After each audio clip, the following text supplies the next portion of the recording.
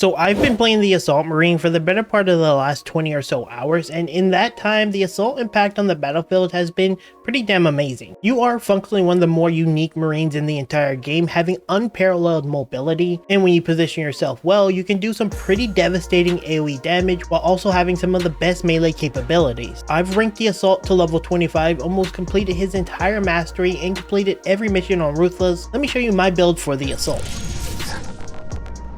Alright, now that we got the intro out of the way, let's go over the perks so you guys have a better idea of how to make the build. So under our core skills, we're going to be looking at the first column, and that is going to be Winged Fury. Winged Fury is going to give you damage on your melee attacks executed while you're doing your sprint or your dashing, which is increased by 25%. The other two, for example, Overcharge is more focused towards the charge-based stuff, and then the Armor Reinforcement is going to basically give you armor when you don't kill when you do a finisher with your weapon. And while this does give you some good sustain, once you get to a higher tier stuff, I don't think you ever want to be in a position where you're sitting there shooting your gun in order to get armor to sustain. I think you should be trying to focus more specifically on getting kills and finishing them off. So whenever you do your initial run, jump, hit thingy, that actually pushes a lot of enemies back, which sets you up for the follow-up, which is actually a faster follow-up than just doing the hit combo. The run, dash, hit, hold combo is actually faster to go into your charge hit. So this is actually really complementary to it, so I would recommend Winged Fury. Under your next row, you have Auxiliary Arsenal. This is purely because the other two are just not good. Retribution is very conditional, and in a lot of cases, you don't want to build around making mistakes, if that makes sense. Like if you get knocked back, you get more damage. If you're grabbed, you get more damage. I don't think that's a really healthy playstyle to try to get hit. And I think the consecutive execution is way too much of a condition and you don't get much out of it, and it has a long cooldown. This one is very unconditional. You just use your secondary. Your secondary is not the best in my opinion, but this is the best you can get. I think this row is not very good. Next, under your final core row, you're going to get Knowledge of the Enemy. Your melee damage is increased by 15% against Majorist or Extremist level enemies, and this is just going to help you kill. Alternatively, you can use Active Attrition. This is going to give you generally more damage whenever you hit anything with melee, so they're going to take more damage. It doesn't have to be a specific condition. These two feel kind of interchangeable, but ideally I like Knowledge of the Enemy because I typically do the harder content, and being able to actually deal more damage to these guys, which are the actual threats, is better in my opinion. Perseverance, once again, is going to play towards his charge attack, so ideally go with Knowledge of the Enemy. For the team perks, you definitely want to go with Squad Cohesion, because Squad Cohesion is going to make all your teammates more efficient, because I think most abilities in the game are fairly good, and having a 10% cooldown is great. I think going Strategic Strike is just straight up not good. Terminus enemies are never a threat. They just are a threat whenever you don't have good control, and if you have good team comp or even an average team comp, you should be able to control ads fairly easy. Proven Efficiency is also okay with Gunstrike, but in my opinion, I just don't like building into his Gunstrike based stuff because it feels like a band-aid solution to a lot of his problems. And I think it's smarter to play around his jump pack than to play around doing this weird clunky Gunstrike stuff. Moving on to your gear, the first row we're going to be getting Precision Strike. This is going to reduce your radius of your ground pound by 50%, but you're going to do 100% more damage. And the reason for this is very simple. You're going to be acting as someone who essentially kill targets, specific targets if you can.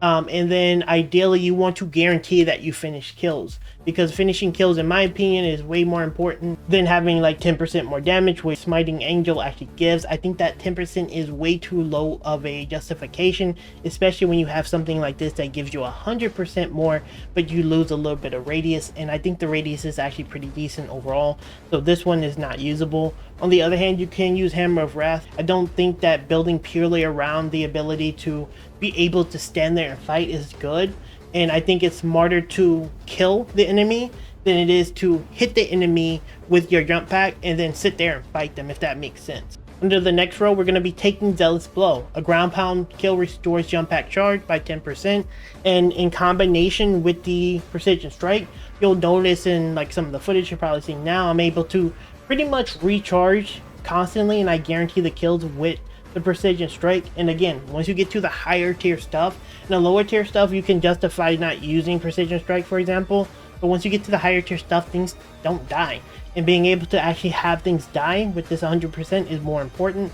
And generally speaking, you just need to, I mean, honestly, killing 5 enemies with your ground pound, which is more than reasonable, is a massive amount of recharge, because we're not trying to have 100% uptime. We're just trying to be useful and have good cooldown. And I think that's a thing that you should build for. If you go with something like maneuverability, this is going to be good against bosses, because obviously you can't slam all the bosses. But I have found that bosses tend to have enemies like mobs within their arena. And if you like position yourself well, you can actually like set it up so that you can like slam the mobs as well as the boss, but it can be a little bit hard, so maneuverability could come into play. And then Wings of Flame is like not good, so don't use it. In the locked column under gear, we're going to be getting Diligence. A fully prepared ground pound deals 20% more damage, but preparation time is increased by 25%. Now I know some people say that this is not good because it leaves you vulnerable, but here's the thing. If you're playing the assault properly, he is able to disengage and engage from really long distances. You'll probably see in a lot of the footage, whenever I dash, I'm not like dashing right on top of them. Like, that's just silly. You should dash some distance away, because you can re-engage from distance and charge and then come back and slam down. I think if you're playing it and you're just kind of hovering over the enemy when you charge, then you're just playing assault completely wrong. And if you're getting shot out the sky, once again, I just think you're playing assault wrong. If you are finding yourself in a position, because I know the game is fairly new, by the way, if you do find yourself in a position where you don't position yourself well, you could go with Pride and Duty. Whenever you finish a finisher, your ground pound will deal 25% more damage for like 10 seconds.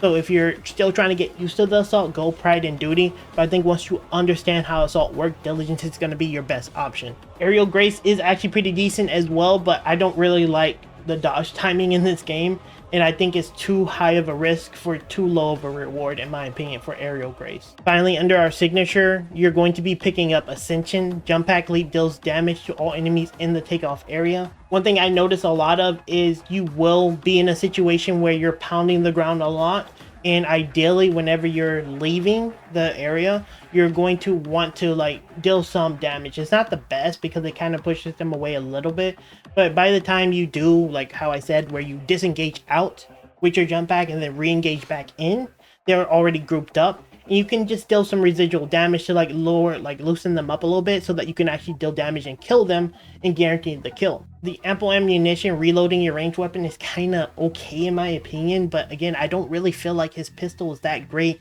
to justify using your whole signature just to reload a weapon. That feels like not that great to me overall. And while commandment is pretty okay, I don't really like this how conditional it is. You need a perfectly timed dodge and you need your jump pack dash to, you know, get a benefit out of it. I think for the average player, this is not going to be the thing you do a lot of, especially considering when I'm releasing this video, it's not going to be something most players are going to be able to do reasonably well.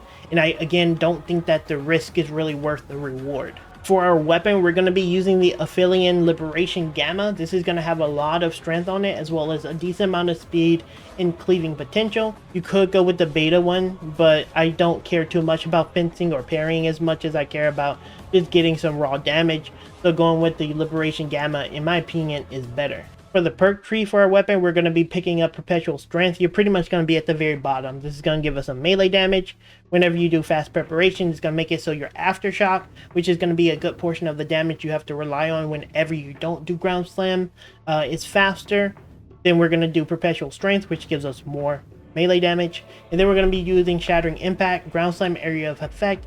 Radius is increased by 50%, and it makes it easier for you to actually get the hit off, because once again, I don't think his melee is as good as other characters. Like, the damage is good, but he's kind of weird in how he plays, and having that extra AoE actually really helps a lot. We're going to get Seismic Chain. After you perform a ground slam, you can hold the attack again to do it again, and if you somehow get the attack off, you can actually do another attack and get more damage, because his melee does hit hard when you actually can get the hit off. Next, we have Perpetual Strength once again for 5% more melee damage. And then we're going to get Tyranid Slayer, and this is going to be easier for you to deal more damage against Tyranid enemies by 10%, which is a pretty good bonus. I find myself facing off against Tyranids more than the Chaos guys, so this works out really well. You want to pick up Kill Streak after killing 10 enemies in rapid succession with a light combo. Do not lose control after taking a heavy hit. This is okay. I don't really light hit as much, but again, this is kind of what we have to go with because this is what it forces us to do. Whenever you go into the relic level, you're going to be getting aftershock improved. What this does is after you do your aftershock, you'll do a second follow-up aftershock, and if you can get this off, you actually start to chunk the boss pretty heavy and deal quite a bit of damage. It's actually pretty nice. Next, you're going to be picking up Minor's Slayer, so that Minor's level enemies just get absolutely destroyed. They already die anyway, but this is going to help secure it. And then finally going to end off with Dead End. Pummel Smash deals 50% more damage. Pummel Smash is a fairly good amount of your damage. For our pistol, we're going to be using the Gatharmor Crusade. Do not butcher me in the comments. I do not know the lore of this game that well. We're going to be using this one because it gives a good mixture of firepower and accuracy. And these things are actually pretty good because I do find myself shooting a lot from a distance because you do have a lot of downtime between your shots, and having this is actually going to help quite a bit. For our perk tree, we're going to be pretty much going down the bottom row. We're going to be picking up Great Might to increase the damage against Terminus level enemies. We're going to get Death Strike because after killing a Majorus level enemy or higher with a melee weapon, which you will do a lot of, you deal 25% more damage for 5 seconds. Post combat, enemies at a distance of no more than 15 meters take 10% more damage. Then Adamite Grip is going to give us some recoil control, which I don't think you really need. Under Artificer, you're going to be getting Iron Grip. After a gun strike, your recoil is reduced by 35%. I don't have recoil problems in this game, but you may need it. You're going to get extended mag, and then you're going to get another extended mag for more magazine. And then finally, under the relic, you're going to get rapid health when your health is below 30%, which it will be a lot with this class. Rapid succession of kills restore health by 5% with a 30-second cooldown. Next, you're going to be picking up Divine Might because this is just going to give you more damage. And then finally, Chaos Eliminator. Damage against Chaos enemies increased by 10%. Ideally, I would prefer Tyrannid Eliminator, but we can only pick one or the other, so this is the best we have. Finally, before ending the video, I always want to share my honest thoughts whenever I play a new class, just so players have a better idea if they want to commit time into it, and give you guys maybe a few tips on how to play it effectively, because some of the classes can be a little tough. So first things first, I want to be very clear and honest. I do think that the Assault as a class is not necessarily the greatest. I find once you start to scale into the harder content, he actually falls off pretty hard. And due to the nature of his design, I don't think he's necessarily the best whenever you're a newer player. I think a lot of the problem I have with Assault is the fact that his kit feels very mixed, and I don't think it works as well as other like Marines. For example, with the Bulwark, he really gets a lot of benefit using his shielding and doing his like blocking and parrying and stuff, and it really synergizes really well with what he does. As where with the Assault, he has this weird thing where you want to use your pistol to some degree to offset some of your like damage, because you know the pistol gives you the ability to like gain armor, and then a lot of times your jump pack doesn't have the best of cooldown, especially if you're not facing off against a lot of enemies. So you have this weird situation where you kind of want to rely on your pistol, which your pistol isn't the greatest. I mean, it's a good gun, don't get me wrong, but it's not the greatest. And then in the same vein, whenever you don't have your jump pack, you're kind of reliant on your melee to some degree, which is really hard to get attacks off at times because a lot of your melee skills don't actually like stagger enemies. So when you're playing him, I think the best way to go about playing Assault is essentially waiting for your allies to initially go in and distract the enemies, and then you kind of act as someone who goes up in the sky and just slam down and kill groups to help your allies, and then maybe single out some of the stronger enemies in the back line to pretty much loosen them up and like finish them off. The biggest problem a lot of players are going to face when playing the Assault is whenever you're playing him initially, he feels like a class that you want to go in initially first, but when you actually start to get to higher difficulty, you'll notice that the problem with that playstyle is when he goes in, he doesn't really have much to fight. Like, he can't really man fight a lot of things if you don't kill them. So you're in this situation where you kind of want to use your jump back to disengage, which means you lose a lot of your damage, or you sit there and you man fight if you pick the perk that gives you the ability to fight, and while the damage is decent, a lot of times you get hit out of your attacks, and just getting an attack off is just so much damage that you take that in a lot of cases it doesn't feel like it's worth it.